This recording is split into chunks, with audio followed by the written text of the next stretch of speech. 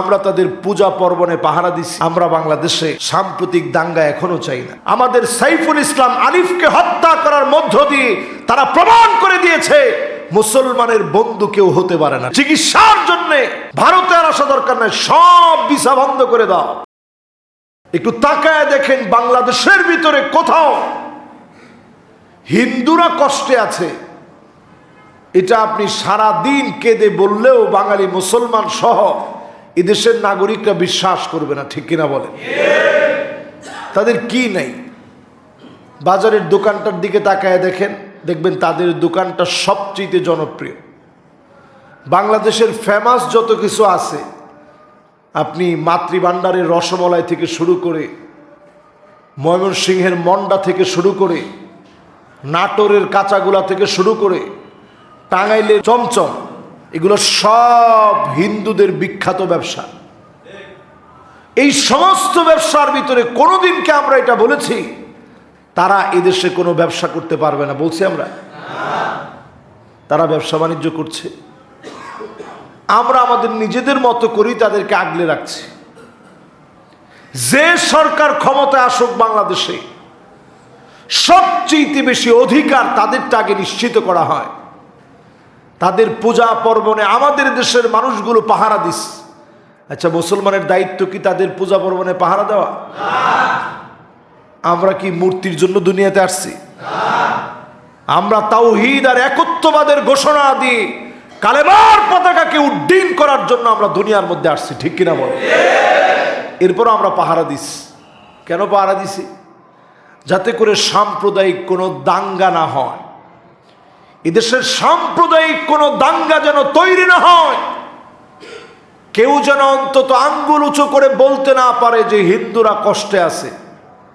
এই জন্য আমরা তাদের পূজা পার্বণে পাহারা দিছি। অনেকে পূজা পার্বণে গিয়ে সেখানে গিয়ে অহেতুক কথা বলে একবারে ট্রলের শিকার হয়েছে। অতিরিক্ত বলতে বলতে এরকমও বলে ফেলছে যে আলহামদুলিল্লাহ এবার পূজায় আমাদেরকে আল্লাহ আনছে। দেখছেন না আপনারা কত রকম অহেতুক কথা? কারণ এই জায়গাগুলো আমাদের জায়গা না। তারপরেও আমরা গেছি শুধুমাত্র একটা সম্প্রীতি, একটা ভালোবাসা ধরে রাখার জন্যে। কিন্তু তাকায় দেখেন সেই সম্প্রীতি আর ভালোবাসার এই রকম রেজাল্ট আমরা পেয়েছি আমাদের সাইফুল ইসলাম আলিফকে হত্যা করার মধ্য দিয়ে। তারা প্রমাণ করে দিয়েছে মুসলমানের বন্ধু কেউ হতে পারে না, ঠিক কিনা বলে? মুসলমানের বন্ধু মুসলমানেরাই। কোরআন যেটা বলছে আপনি এটার বাইরে চলে তো খুব বেশি আগাইতে পারবেন না। কোরআন যে বক্তব্য দিচ্ছে এটার বাইরে চলে আপনি আগাইতে পারবেন না, আপনি মুসলিম। আমরা বাংলাদেশে সাম্প্রতিক দাঙ্গা এখনো চাই না। বাংলাদেশে যদি কোনো একটা জায়গায় আমরা দাঙ্গা চাই, দাঙ্গা চাইলে উপায় আছে বলে, এই দেশটা কি ঠিক থাকবে? কিন্তু আমরা দেখছি চিন্ময় কৃষ্ণ প্রভুকে যখন অ্যারেস্ট করা হয়েছে, প্রভু অ্যারেস্ট হয়ে গেছে। উনি যখন অ্যারেস্ট হয়েছে, বাংলাদেশকে কিভাবে ধ্বংস করে দেওয়া যায়, নাম নিশানা মুছে দেওয়া যায়, তারা আমাদের দিকে এই রকম তিরস্কারমূলক কথা তারা বলছে ইঙ্গিত করে। তাদের দায়িত্বশীল ব্যক্তিরা বলছে, পার্শ্ববর্তী দেশের দায়িত্বশীল ব্যক্তিরা, যে চিকিৎসার জন্যে ভারতে আর আসা দরকার নাই, সব ভিসা বন্ধ করে দাও। আমরাও যদি ভারতকে এই কথা বলি, দুবাই সহ আরব দেশের যে দেশগুলাতে ভারতের লোকগুলো কাজ করে, যদি ভিসা বন্ধ করে দেওয়া হয়, মুসলমান যদি ব্যক্তিত্ববান হয়, কোমর সোজা করে দাঁড়াতে পারবে না, ঠিক কিনা বলে? কিন্তু মুসলমান আজকে ব্যক্তিত্বহীন। মুসলমানের স্পাইনাল কর্ড এত দুর্বল হয়ে গেছে, ব্যাকবোন এত দুর্বল হয়ে গেছে, মুসলমানদেরকে জাগাতে পারে এইরকম মুসলমান এখন নাই। জাগ্রত করার মতো মুসলমান এখন ঘুমায় গেছে।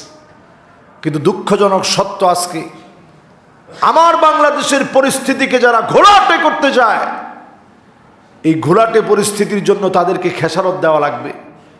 দুনিয়ার ভিতরে আল্লাহর হাবিবের একটা কথাকে আপনি কোনোভাবে ফেলে দিতে পারবেন না। নবীজি সাল্লাল্লাহু আলাইহি সাল্লামের সাথ করে গেছেন, এমন রক্তক্ষয়ী সংঘর্ষ হবে, ইসাবাতান মিন উম্মতি, উম্মতের ভিতরে এমন রক্তক্ষয়ী সংঘর্ষ হবে, এর রক্ত টাকনু পর্যন্ত পৌঁছে যাবে। এরপরে মুসলমানদের নিশ্চিত কাঙ্ক্ষিত একটা বিজয় আসবে। এই বিজয়ের জন্য লক্ষ লক্ষ মুসলমান শহীদ হবে। এরপরে মুসলমানদের বিজয় আসবে। জোরে বলেন আল্লাহু আকবার। এই বিজয়টার দিকে কেমন যেন আমি দেখতেছি বারবার। যতই আপনি ধামা চাপা দিয়ে রাখতে চান, মানুষ কিন্তু এটার মধ্যে থাকতে চায় না। আমরা শান্তি চাই। তারা যদি বারবার উস্কানি দেয় যে তোমরা লাহোরে গিয়ে ডাক্তার দেখাও, তোমরা করাচিতে গিয়ে ডাক্তার দেখাও, আমাদেরকে ওনারা পথ দেখায় দেয়। আমরা যে তাদের দেশে যাই, খরচ করি, এটা তাদের দেশের একটা ইনকাম। আমাদের দেশে তাদের দেশের অনেক পণ্য আসে, আমরাও একটু সহযোগিতা পাই, এটাও তাদের দেশের একটা ইনকাম। আমাদের দেশটা বদ্বীপের মতো একটা দেশ, এটা সারা ওয়ার্ল্ডের জন্য একটা রোডম্যাপ, বিভিন্ন দেশের জন্য একটা রোডম্যাপ এই বাংলাদেশ। আপনি একটু মানচিত্রে তাকায় দেখবেন এই দেশটার গুরুত্ব আল্লাহর কাছে অনেক বেশি। কারণ আল্লাহ পাক নিজেই লিখে রাখছেন এই দেশে কালেমার পতাকা উড্ডীন হবে। মুসলমানদেরকে দিয়ে আল্লাহ রাব্বুল আলামিন বদ্বীপের মতো দেশটাকে চতুর্দিক থেকে ভরপুর করে দিয়েছেন। জোরে বলেন আল্লাহু আকবার। ঘুমন্ত মুসলমান, একটু সজাগ হন। অন্তত যদি 5 ওয়াক্তে মুসলমান নামাজের দিকে আসতো, আপনি ইসকন টিসকন যা বলেন, যদি 5 ওয়াক্তে যদি এইরকম একটা শোডাউন হতো, আজকে জুমাবারে যেরকম শোডাউন, সবার মাথায় টুপি, সুন্দর পাঞ্জাবি, চেহারার ভিতরে হাস উজ্জ্বল চেহারা, এরকম 5 ওয়াক্তে যদি দায়িত্ব নিয়ে মুসলমান নামাজের দিকে আসতো, হুঙ্কার দেওয়া লাগতো না, এমনি ঠিক হয়ে যেত। ঠিক কিনা বলে?